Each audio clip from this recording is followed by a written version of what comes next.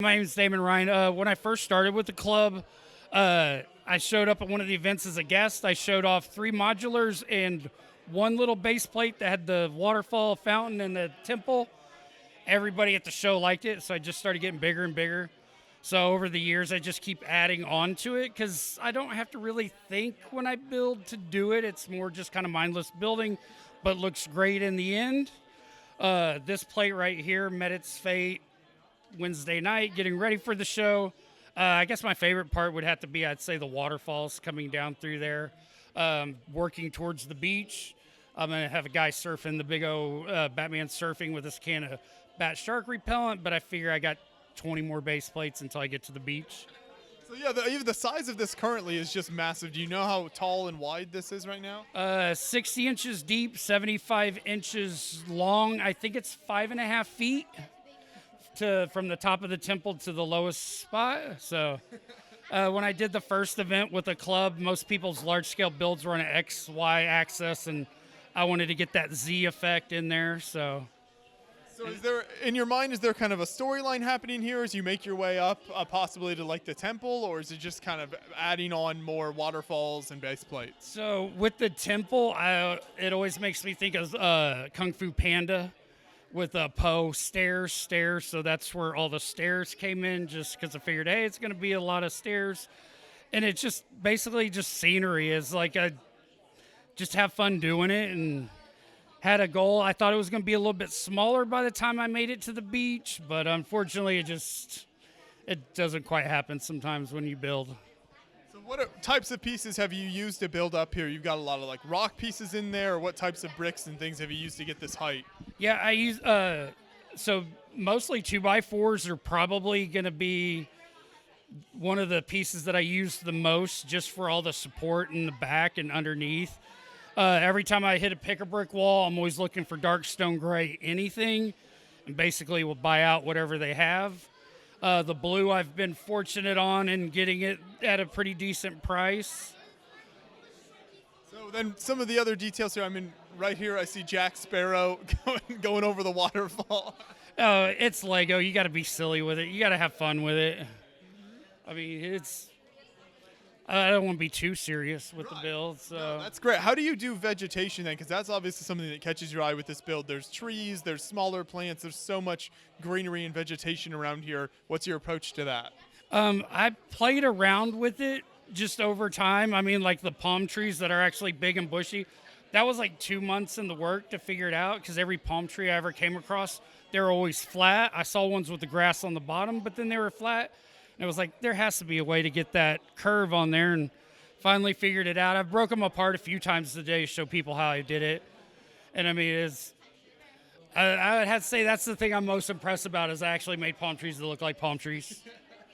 No, and they really do. And then what about your waterfall technique as well? How did you decide to achieve that? So I looked at a bunch of stuff online of what people do, and there's a guy who did a bunch of clear studs coming down. I added in the little one by one plates in there just to add a little bit more texture into it. And he did the light blue and the clear. So I basically kind of used his design, but just basically just added in that 1x2 plate just to break it up a little bit and give it a little more texture.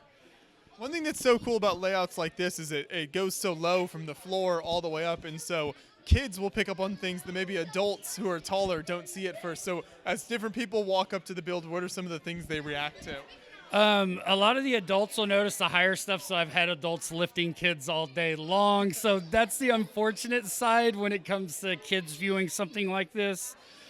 But, I mean, usually everybody can. I try to put, like, the stuff that's up high up closer to where most people, the shorter people, can see. So I have a couple figures on there. Yesterday, a little girl got a hold of my box and just started putting them on there, and her mom came in here, started getting onto her, and I was like, she's fine.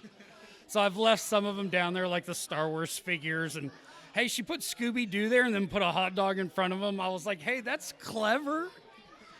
I was like, that's actually really awesome. So some of them I had to take off because I hadn't put vegetation down yet, but I mean, she was having fun. And I like what we have down here in kind of the ravine area with the monkey and the banana man, and then the kayaker there as well. Yeah, I don't know what happened to the other monkey. I usually have one monkey with two bananas and one monkey with a guy in a banana suit. And kids usually try to point out it's a guy in a banana suit. And I'm like, hey, don't ruin it for him. He just thinks he has a really big banana. So what's the setup process like then with this when you bring it to a show? So basically the table's PVC pipe. I have to build the table. 7 different levels on the table. Once I get the table together, I put the wood on and I have a little 2-foot level.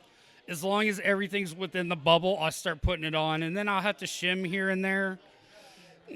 Sometimes, hey, there's a little bit of cracks, but I eventually got to the point where it's like I'm just going to live with a little bit of crack because I'd say it's next to impossible to get everything to quite line up right. And a lot of times the cracks can be hidden with a little bit of vegetation, those little imperfections. This build is also a great example of using kind of the 1-by-1 pieces to add all that nice little detail in there and kind of break up just the gray look throughout a lot of it. Yeah, the first time I built it and showed off, it was 2 base plates deep, 3 base plates long. Just looking at the picture, I'm like, man, there's no color in there. Because I'm colorblind. Navy wouldn't take me out of high school.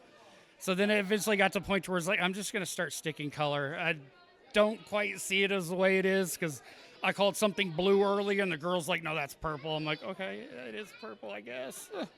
Sorry, I can't see it the way you do.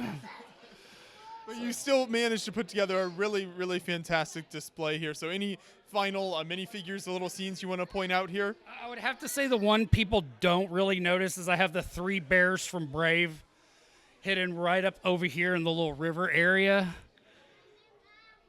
Just past that little green tree. It's like those are probably the hardest ones to spot. I mean, everybody else is pretty much will pick everything out. I've yet to have somebody today go, oh, it's the 3 bears from Brave. So when the event came out, there was no scenery or nature category, and the one guy, Nate, was like, put it in pop culture. He says, you put so many references on there.